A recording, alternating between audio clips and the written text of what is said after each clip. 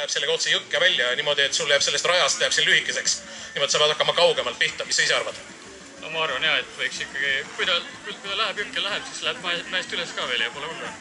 Tõsi, jah? Küll me nüüd ära loeme. Hästi. Kuule, aga kes nüüd ette näitab? Näitad ise, et oled sa kunagi proovinud sellist asja üldse? Just proovisin. Just proovisid elus esimest korda, jah? Kuule, Andri, aga tule ka kolleegile moraalseks toeks ja näidake ette, kuidas see võistlus toimuma hakkab ja kus see start on ja kuidas see finiš siis on. Ja meestel on aega 2 minutit, sa ütlesid, jah? Nii, aga ära hoia ennast tagasi. Pärnu naised, pange valmis oma plaksuga, et tervitame esimest näidisvõistlejat marulise aplausiga.